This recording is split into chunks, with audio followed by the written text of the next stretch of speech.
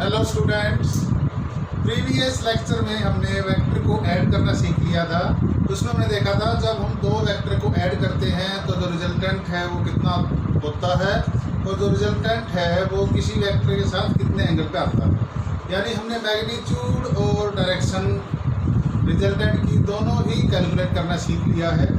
आज हम डिस्कस करेंगे सब्ट्रैक्शन ऑफ वेक्टर। जब एक वेक्टर को दूसरे में से सब्ट्रैक्ट करते हैं तो जो रिजल्टेंट है वो कैसे कैलकुलेट करेंगे और उसका डायरेक्शन कैसे फाइंड आउट करेंगे। तो हमने जब दो वेक्टर को ऐड किया था तो हमने देखा था suppose this is vector A और ये है वेक्टर बी और मान लिया दोनों के बीच एंगल कितना है थीटा। तो भाई हमने पैरेललोग्राम लगाया था और जो रिजल्टेंट है ये था रिजल्टेंट वेक्टर आर। तो हमने आर कैलकुलेट किया था, R is equal to vector A plus vector B. हमने देखा था आर की मैग्नीट्यूड भी कैलकुलेट कर ली थी और वो किसके इक्वल आई थी, root A square plus B square plus 2ab cos theta, where theta is angle between A and B. और हमने ये जो डायरेक्शन एंगल था अल्फा जो कि रिजल्टेंट ने ए वेक्टर के साथ बनाया था, हमने ये अल्फा भी कैलकुलेट कर लिया था। tan अल्फा की वैल्यू हमने कैलकुलेट की थी b sin theta divided by a plus B cos theta. तो इस तरह से हमने रिजल्टेंट r की मैग्नीट्यूड निकाली थी इस फार्मूले से और डायरेक्शन निकाला था इस फार्मूले से। अब सपोज हमने a में से b को सब्ट्रैक्ट करना है तो उस केस में क्या करेंगे, मान लेते हैं r डैश रिजल्टेंट है।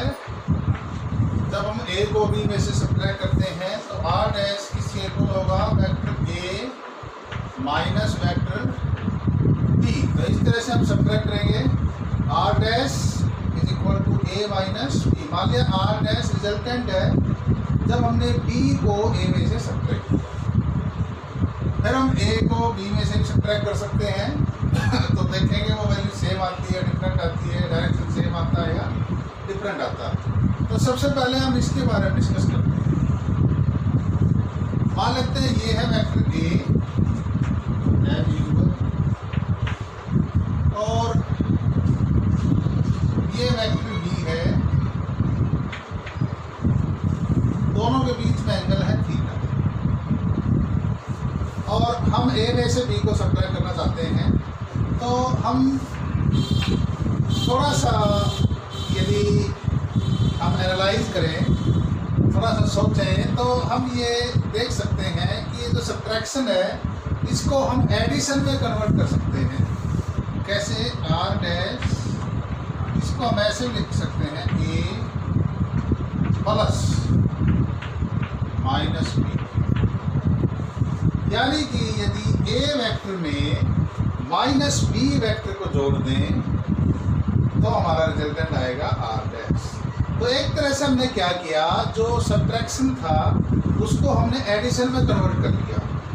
अब जो माइनस b वेक्टर है वो माइनस b वेक्टर क्या होगा, तो मैंने आपको बताया था नेगेटिव ऑफ वेक्टर क्या होता है। यदि किसी वेक्टर की मैग्नीट्यूड सेम रखी जाए और डायरेक्शन अपोजिट कर दिया जाए तो वो हो जाएगा नेगेटिव ऑफ वेक्टर। तो ये वेक्टर b है तो माइनस b वेक्टर इतनी मैग्नीट्यूड का वेक्टर ले लें पर डायरेक्शन क्या कर दें, अपोजिट। तो ये वेक्टर है b, तो इधर हम दिखा देते हैं ये वेक्टर हो जाएगा minus b, this vector is minus. तो अब हमने a में माइनस b को जोड़ना है। तो जब हम a में माइनस b को जोड़ेंगे तो a और b के बीच एंगल देखेंगे, a और माइनस b के बीच, यस a और माइनस b के बीच एंगल देखेंगे। तो a और b के बीच एंगल कितना है थीटा, a और माइनस b के बीच एंगल कितना होगा, 30 एंगल होगा। ये लाइन पे पूरा एंगल 180, तो ये एंगल कितना होगा 180 डिग्री माइनस थीटा। तो ए और माइनस बी के बीच में एंगल कितना है 180 माइनस थीटा। तो अब हम सिंपल पैरेललोग्राम लॉ यूज करके इसको जोड़ सकते हैं।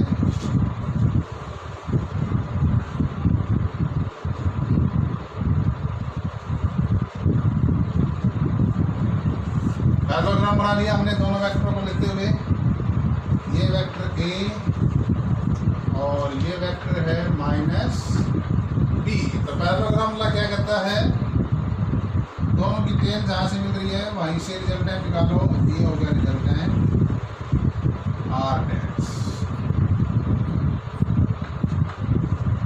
अब देखिए ये तो बेसिकली एक तरह से हमने जो सब्ट्रैक्शन उसको एडिशन में कन्वर्ट कर लिया। बस डिफरेंस क्या है, पहले एंगल था थीटा और अब एंगल कितना है 180 माइनस थीटा। तो जब आप रिजल्टेंट निकालेंगे, ऐसे इसकी मैग्नीट्यूड कितनी है, मैग्नीट्यूड तो माइनस बी की उतनी है जितनी वेक्टर बी की मैग्नीट्यूड है।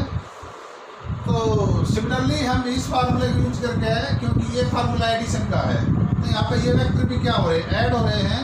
तो जब आर में माइनस बी को ऐड करते हैं तो रिजल्टेंट आर डैश। तो आर डैश की मैग्नीट्यूड आप लिख सकते हैं सिंपल ये फार्मूले से, आपको बार बार ट्रायंगल बनाने की जरूरत नहीं है। तो वो होगी A square plus B square plus 2ab cos. Angle बताइए कितना लिखें, सोचिए एंगल थीटा लिखें या 180 minus theta. Yes 180 minus theta, क्योंकि ए और माइनस बी के बीच एंगल कितना है 180 माइनस थीटा। हम ए में बी को जोड़ रहे हैं, ए में माइनस बी को जोड़ रहे हैं। ए में हम माइनस बी को जोड़ रहे हैं, तो इसलिए ए और माइनस बी के बीच एंगल लेना पड़ेगा, जो कि कितना है 180 माइनस थीटा 30 एंगल। तो यहाँ पर आप लिखेंगे 180 माइनस थीटा। तो ये रिजल्टेंट है जब आप दो वेक्टर को सब्ट्रैक्ट करेंगे। अच्छा, ए के साथ कितना एंगल बना रहा है रिजल्टेंट, मान लिया रिजल्टेंट वेक्टर ने ए के साथ एंगल बनाया अल्फा।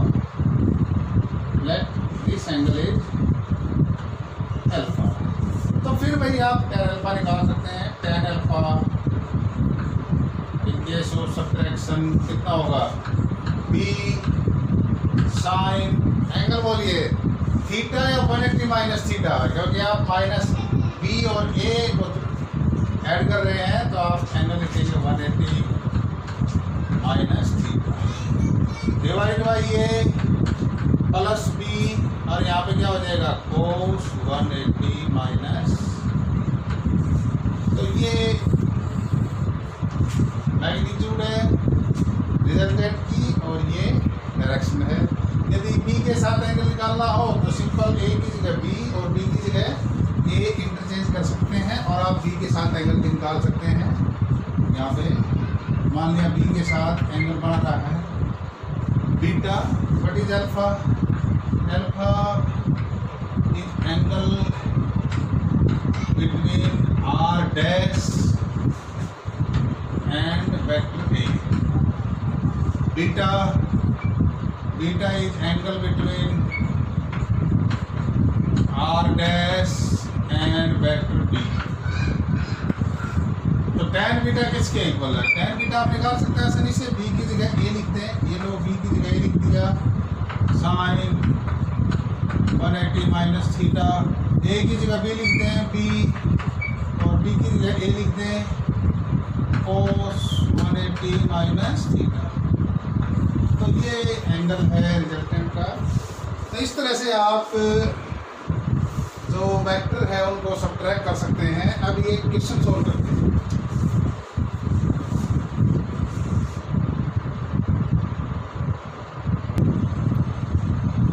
ये प्रॉब्लम है, simple example, two vector of equal magnitude 5 unit. Magnitude दोनों वेक्टर की सेम है, दोनों के बीच एंगल है थीटा, बल्कि जो एंगल थीटा है उसको 60 डिग्री ले लेते हैं।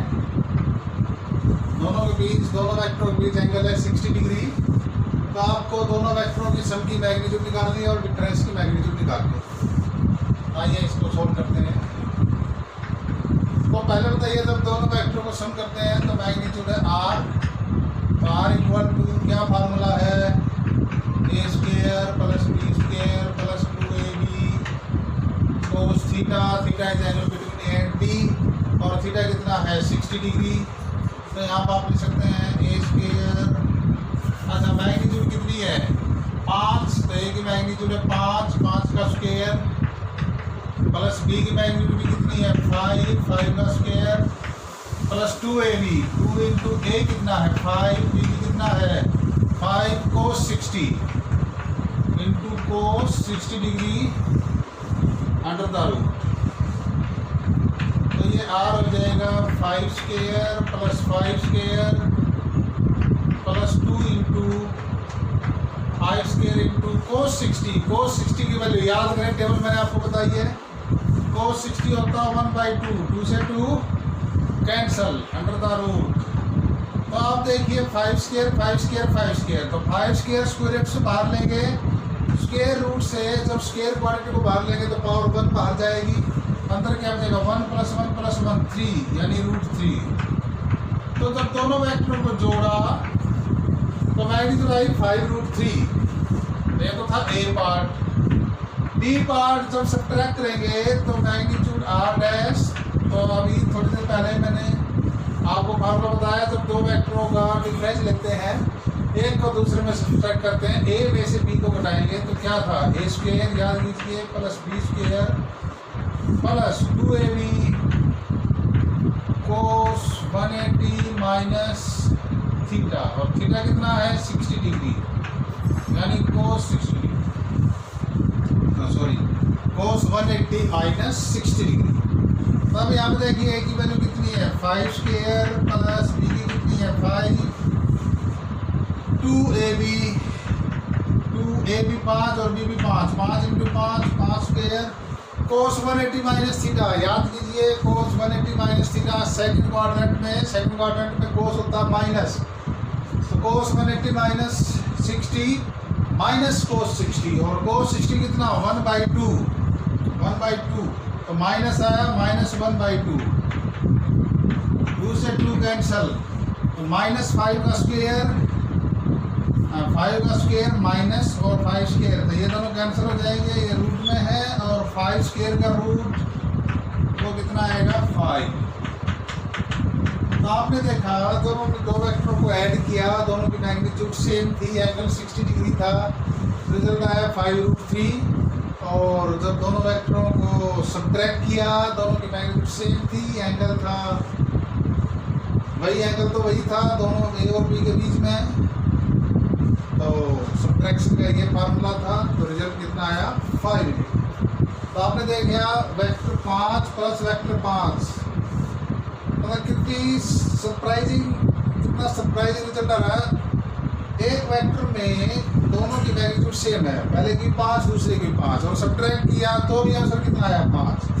तो आप एक बेसिक मेथड से आप इस रिजल्ट को याद भी कर सकते हैं जब दो वेक्टरों के बीच एंगल हो 120 डिग्री 180 माइनस 60 120 जब दो वेक्टरों के बीच एंगल 120 डिग्री होता है तो उस केस में और यदि दोनों वेक्टर सेम हो तो जो रिजल्टेंट है वो भी जो वैल्यू वेक्टर की है वही मैग्नीट्यूड रिजल्टेंट की आती है।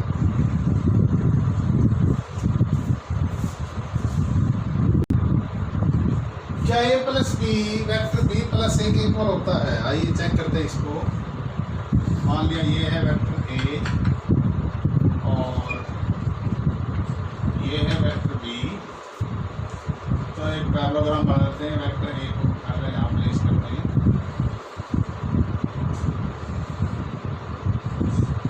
ये b और ये वेक्टर b। ट्रायंगल लगाइए ये वेक्टर इस वेक्टर के हेड पे दूसरे हेड टेल मेथड से देखिए ये आगे निकलते हैं तो रिजल्ट आया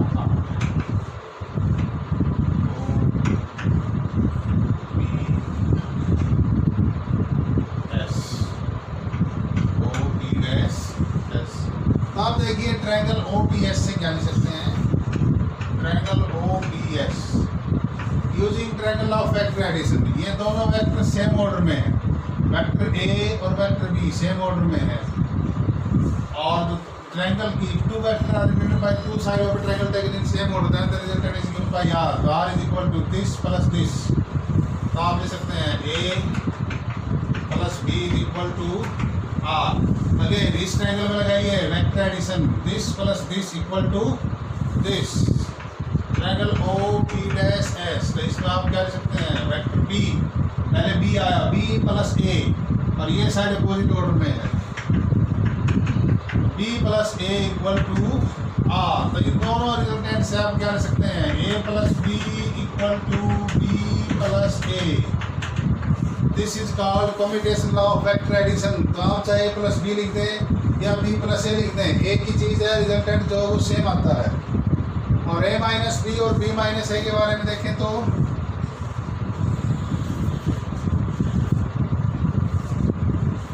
मान लीजिए ये वेक्टर a है और ये वेक्टर है b, तो a माइनस b निकालना है, तो इधर ये वेक्टर हो गया minus b, a minus b देखिए किस डायरेक्शन में आएगा, a माइनस b आएगा इधर, this is a minus b। तो ये वेक्टर आया a माइनस b, और b माइनस a देखें तो फिर वैसे ही ट्रायंगल, वैसे ही वेक्टर लेने पड़ेंगे, ये वेक्टर a और ये वेक्टर b, ये a। अब हमें b माइनस a लिखना है, तो माइनस a किस तरफ होगा, माइनस a की तरफ होगा,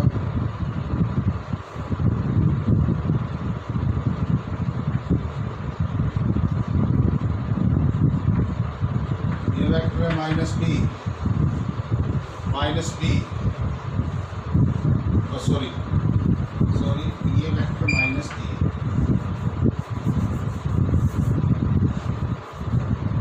this vector is minus a।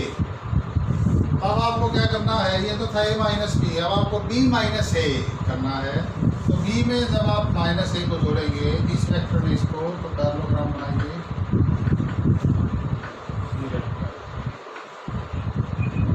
ये वेक्टर आया b माइनस a। तो आपने क्या देखा, a minus b is not equal to b minus a। हाँ, लेकिन यदि इस वेक्टर का नेगेटिव ले लें, b माइनस a का नेगेटिव ले लें, तो फिर अगेन क्या आ जाएगा a माइनस b, और a माइनस b देखिए इसका नेगेटिव लें तो इसका नेगेटिव इस डायरेक्शन में आएगा ऐसे, और ये वेक्टर सेम है, तो ये भी b माइनस a का नेगेटिव, b माइनस a का नेगेटिव, इसका नेगेटिव लेंगे तो नेगेटिव पॉजिटिव, तो a माइनस b, और a माइनस b देखिए इसी डायरेक्शन में।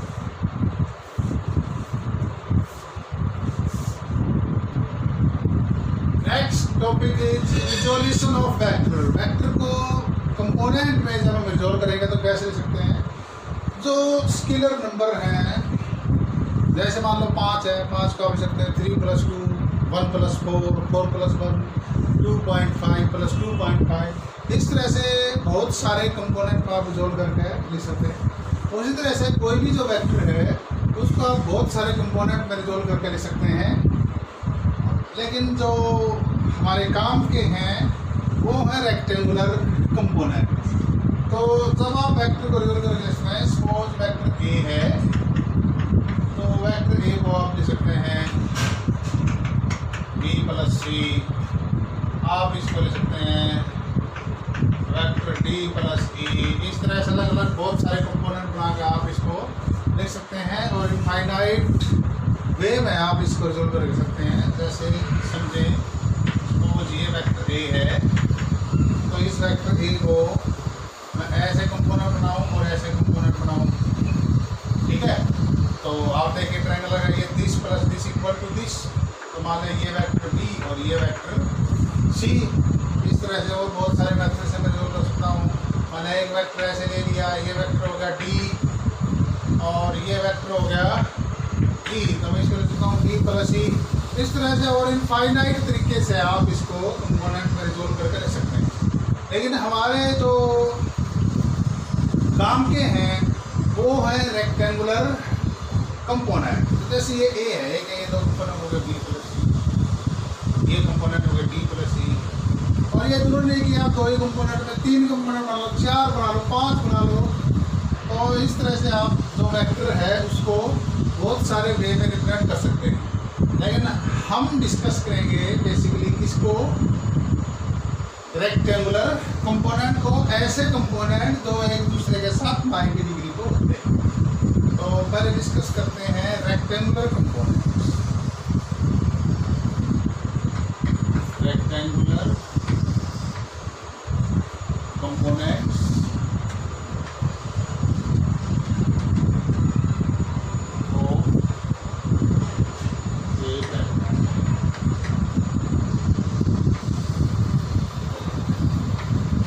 में बात करते हैं। मान लें एक वेक्टर ये है ए,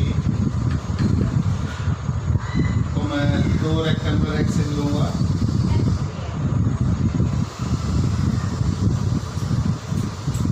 ये एक्स एक्सिस हो गया,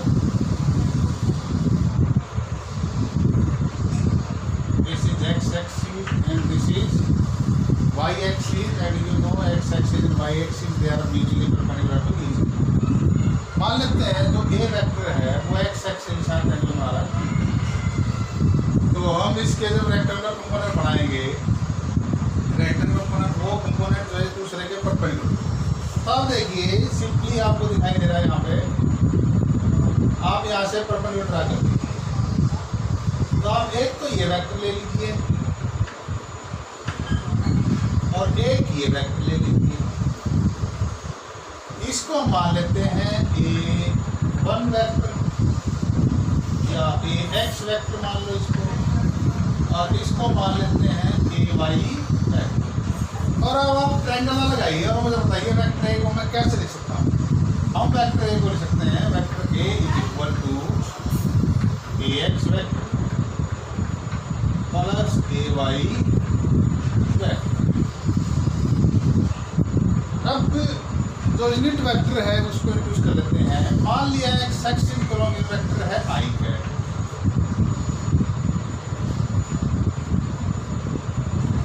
और वाई एक्सिस का यूनिट वेक्टर है जे कैप।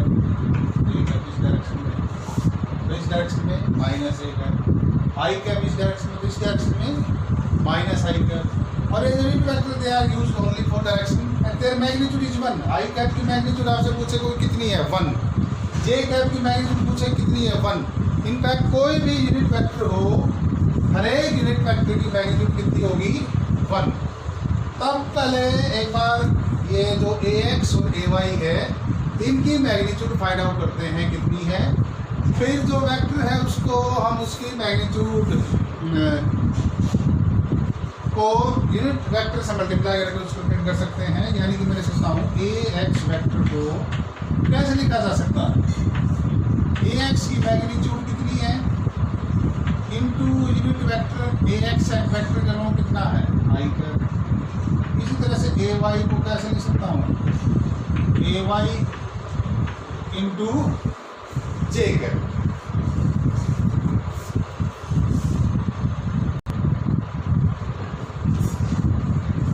तो AX को हम ऐसे लिख सकते हैं AX आई कैप और AY को ऐसे। तो वेक्टर A को कैसे लिखा जा सकता है, वेक्टर A को AX आई कैप प्लस AY जे कैप। अब हमें AX और इसकी मैग्नीट्यूड, अच्छा जो वेक्टर A है उसकी तो मैग्नीट्यूड हमें पता है कितनी है A। तो आप देखिए इसको मान लो ओरिजिन O, इसको मान लो P और इसको मान लो Q। आप देखिए in right angle triangle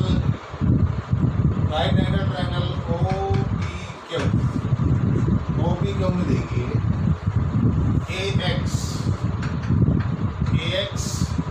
AXY A, क्योंकि दो में निकाला उसको ऊपर लिख लो AXY A। बेस और हाइपोटेन्यूज किसके होता है कोस थीटा। तो मेरे को AX की वैल्यू निकल गई A cos theta. Similarly AY by AY perpendicular और hypotenuse AY by A equal to sine theta. तो AY किसके इक्वल आ गया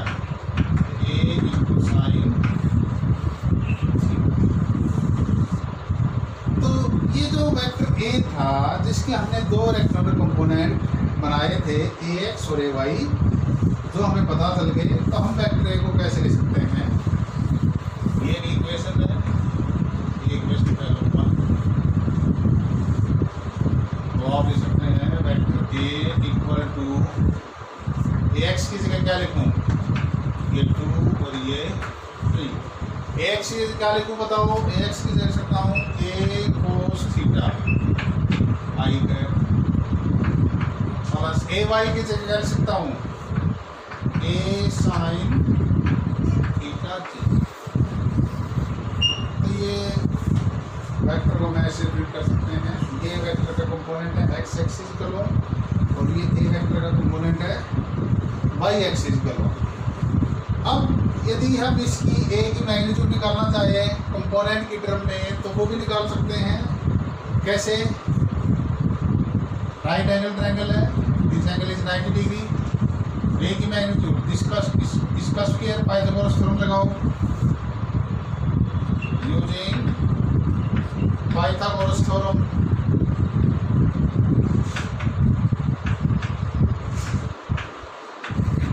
पाइथागोरस थ्योरम लगाओ ट्रायंगल ओपीक्यू में, राइट एंगल ट्रायंगल ओपीक्यू में, तो क्या मिलेगा?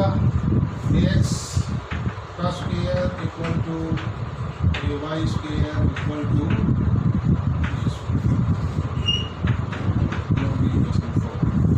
ए की magnitude root A X square plus root A Y square. Very important, theta भी हम निकाल सकते हैं, tan theta A Y by A X, tan theta A Y by A X. ये काफ़ी इंपॉर्टेंट रिजल्ट है। किसी भी वेक्टर की, दो वेक्टर जिसके आपने दो कंपोनेंट बनाए हैं एक्स और वाई एक्सिस का लो, तो उसकी मैग्नीट्यूड ये होगी A equal to root A X square plus A Y square, या A square plus A Y square under the.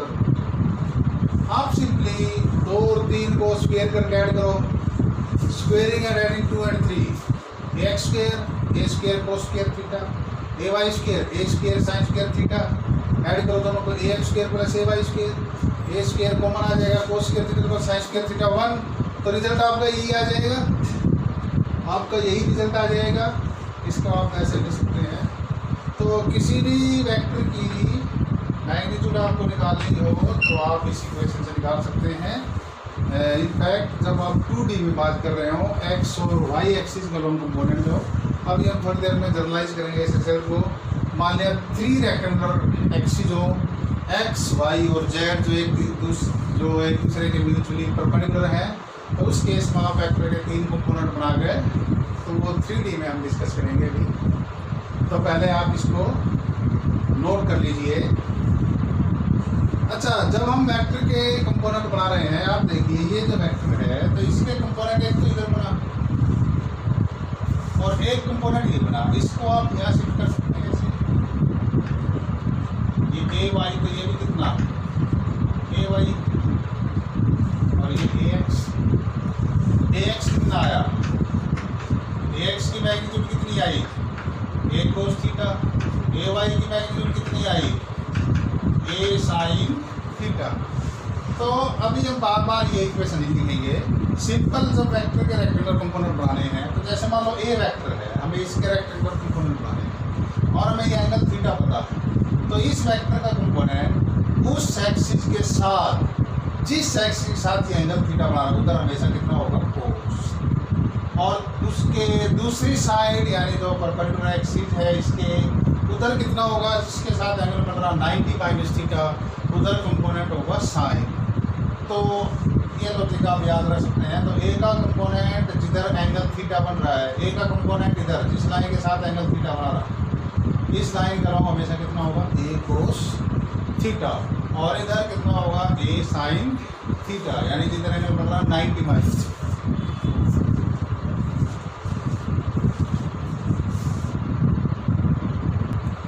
यदि इसी रिजल्ट को हम जनरलाइज करें, सपोज these are 3 axes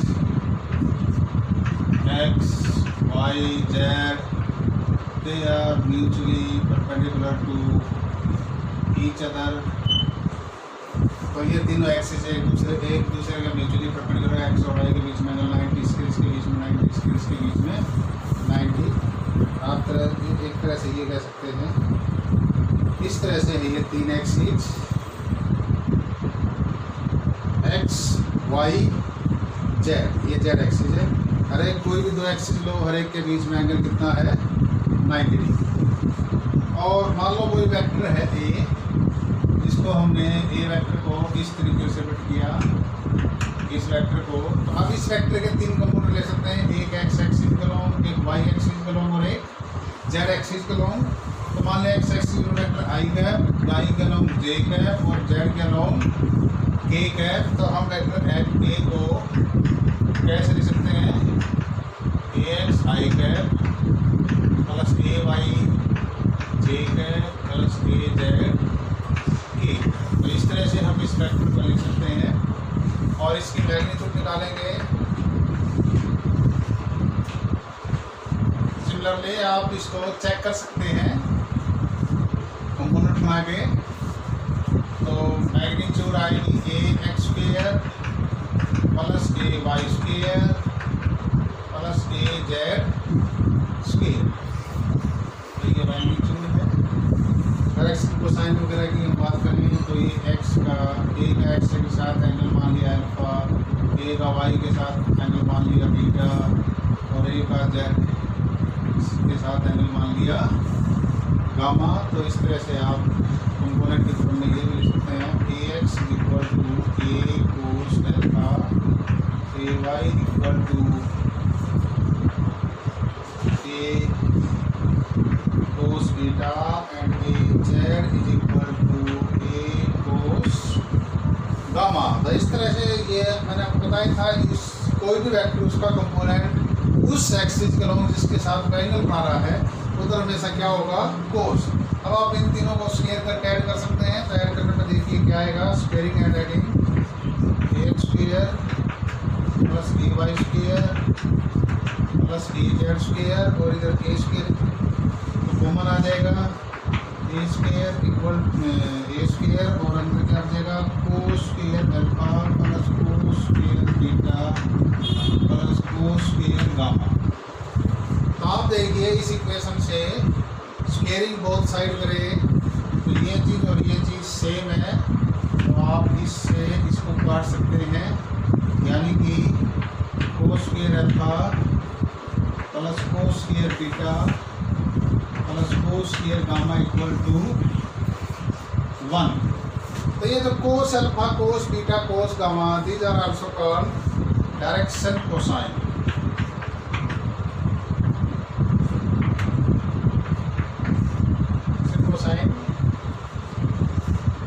ये जो रिजल्ट हमने लिखा है, ये जो रिजल्ट लिखा है, ये सिंपली आप यहाँ पे ये जैसे वेक्टर ए है तो इसका कंपोनेंट एक्स एक्सिस के मीटर मान लेंगे, वाई एक्सिस के इन दोनों का रिजल्टेंट निकालेंगे। तो इन दोनों का रिजल्टेंट है वो कैसे आएगा, तो ऐसे यदि मैं लिखूँ इस वेक्टर को तो ये वेक्टर आ जाएगा, इधर मान लो जो कंपोनेंट है इसका इधर और इसका इधर। तो ये वेक्टर हो गया ये एक्स आई कैप और ये हो गया ए वाई जे कैप। तो पैरेललोग्राम ना लगाएं, इन दोनों को जोड़ें तो ये वेक्टर किसके इक्वल हो जाएगा, ए x I cap plus A Y J cap. ये तो हमने किया था अभी 2D में। अब देखिए इस वेक्टर में यदि इस वेक्टर को जोड़ दें, सॉरी ये ए जेड है, दिस इज ए जेड क्योंकि जेड एक्सिस है, दिस इज ए जेड। अभी देखिए इस वेक्टर में यदि इस वेक्टर को जोड़ दें, ये 90 डिग्री पे है और ये हो गया ए वाई जे कैप। तो इसमें इसको जोड़ दें तो ट्रायंगल से ये वेक्टर आ जाएगा। तो ये जो वेक्टर है ये किसके इक्वल आ जाएगा, ए x I cap plus A Z J cap plus A Y J cap. तो ये रिजल्ट हो गया, देखिए ये रिजल्ट ये 3D में। और आप जब मैग्नीट्यूड निकालें तो सिंपल जो आप पाइथागोरस थ्योरम चले जाएँ, क्योंकि ये जो एंगल है ये एंगल 90 डिग्री है, तो इसका स्क्वायर प्लस इसका square equal to this square, फिर आ जाएगा ax square plus ay square. Again ये राइट एंगल ट्रायंगल है, तो ये परपेंडिकुलर और ये बेस, तो इसका स्क्वायर प्लस इसका स्क्वायर इक्वल टू इसका स्क्वायर दिया है।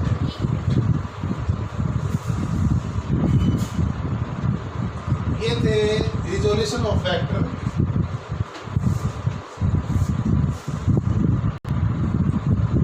देखिए जब हम वेक्टर को कंपोनेंट में लिखते हैं, मान लिया आपने जो वेक्टर उसके कंपोनेंट बना लिए एक्स वाई और जेड एक्सिस के लोग, ये ए वेक्टर था तो इसके ए कंपोनेंट बना लिए, ऐसे बी वेक्टर है उसके ये कंपोनेंट है, ये एक्स एक्सिस के लोग, ये वाई के लोग और ये जेड।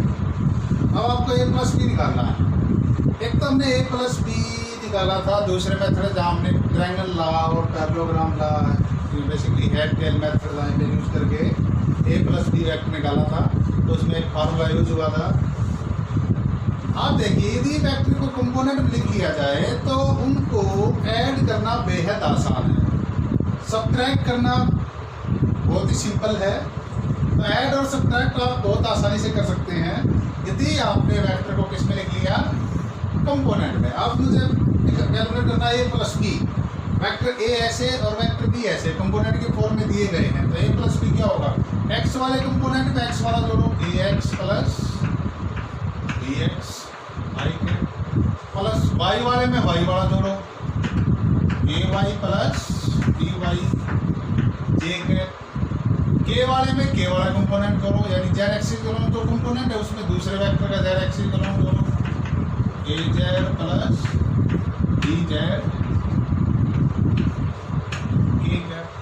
सब्ट्रैक्ट करना है तो जो कंपोनेंट है जो रिस्पेक्टिव एक्सिस जो कंपोनेंट है एक में से दूसरा घटा दो। यदि b माइनस ए होता तो इसमें से इसको माइनस करते, a माइनस बी है तो इसमें से इसको माइनस करो, ए एक्स माइनस बी एक्स आई के plus A Y minus B Y जे के plus A Z minus B Z के है।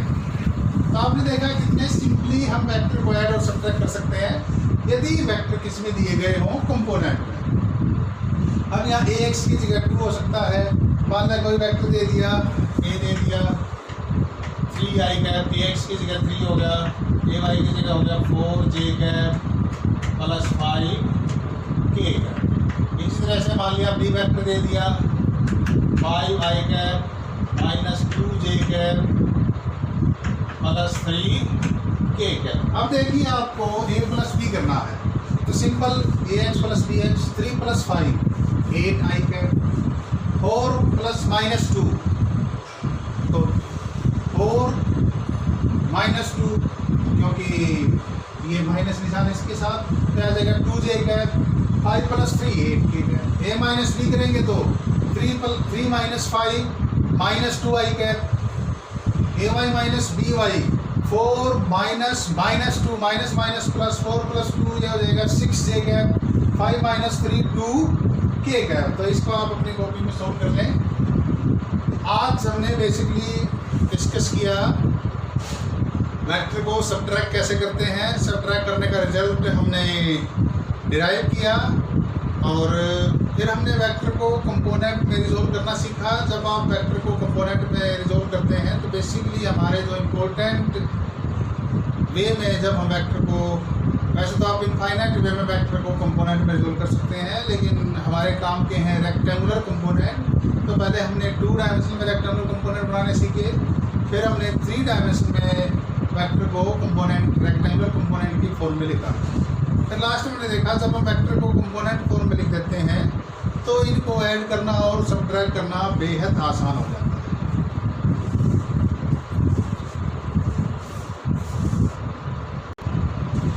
Students, solve following 3 problems.